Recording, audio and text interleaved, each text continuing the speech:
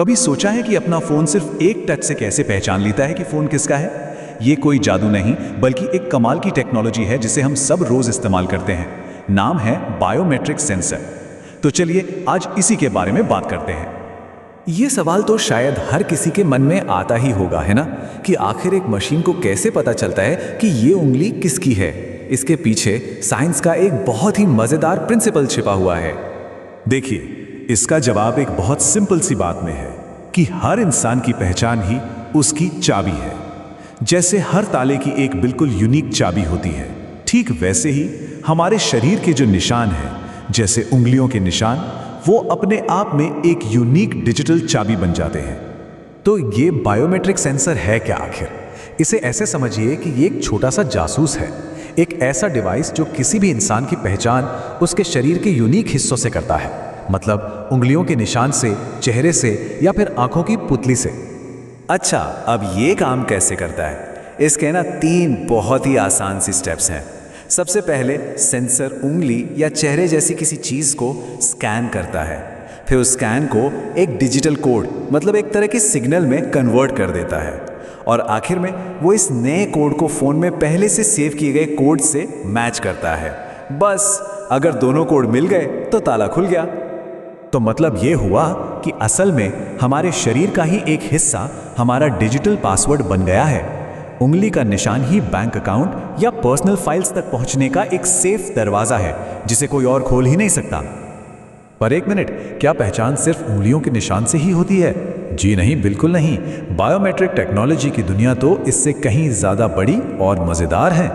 चलिए पहचान के कुछ और अनोखे तरीके देखते हैं। हमारे पास फिंगरप्रिंट सेंसर तो है ही, लेकिन इसके अलावा फेस रिकग्निशन, आइरिस रिकग्निशन यानी आंखों की पुतली को स्कैन करने वाली टेक्नोलॉजी और यहाँ तक कि आवाज़ को पहचानने वाले सिस्टम भी मौजूद हैं। अरे कुछ सिस्टम तो हाथ की बनावट या सिग्नेचर करने के स्टाइल से भी पहचान कर लेते हैं।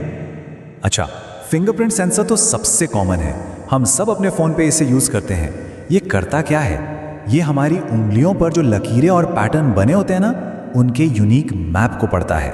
और मज़े की बात यह है कि दुनिया में किसी भी 2 लोगों के फिंगरप्रिंट कभी भी एक जैसे नहीं हो सकते, और बस यही बात इसे इतना ज़्यादा सिक्योर बनाती है। फिर आता है फेस रिकॉग्निशन यानी चेहरे से पहचान। फोन का कैमरा आंखों, नाक और मुंह के बीच की दूरी जैसे कई पॉइंट्स को मापकर चेहरे का एक 3D मैप बना लेता है। और ये टेक्नोलॉजी इतनी एडवांस्ड है कि ये एक फोटो और एक असली चेहरे में भी फर्क कर सकती है।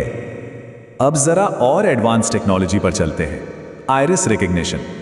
हमारी आंखों की पुतली में एक बहुत ही कॉम्प्लेक्स धागों जैसा पैटर्न होता है। पता है, ये फिंगरप्रिंट से भी ज्यादा यूनिक होता है। इसे कॉपी करना तो लगभग नामुमकिन है, इसलिए इसे हाई सिक्योरिटी वाली जगहों पर इस्तेमाल करते हैं। हमारी आवाज़, हाँ, हमारी आवाज़ भी एक बायोमेट्रिक पहचान ही है। स्पीच रिकग्निशन सिस्टम हमारे बोलने का तरीका, आवाज़ का उतार चढ़ाव और जो रिदम होती है उसे पहचानता है। पर हाँ, इसकी एक कमज़ोरी भी है। अगर कहीं बहुत शोर शराबा हो रहा हो तो ये सिस्टम कंफ्यूज हो सकता है। तो अब तक हमने ये तो देख लिया कि ये टेक्नोलॉजी काम कैसे करती है, लेकिन सवाल ये है कि क्या इसका काम सिर्फ फ़ोन अनलॉक करना है? नहीं, असल में बायोमेट्रिक्स हमारी ज़िंदगी के न जाने कितने हिस्सों में चुपके से अपनी जगह बना चुका है। ज़रा सोचिए, ऑफिस में कंप्यूटर लॉगिन से लेकर आधार कार्ड वाले ट्रांजैक्शन को सिक्योर करने तक हर जगह बायोमेट्रिक्स का इस्तेमाल हो रहा है।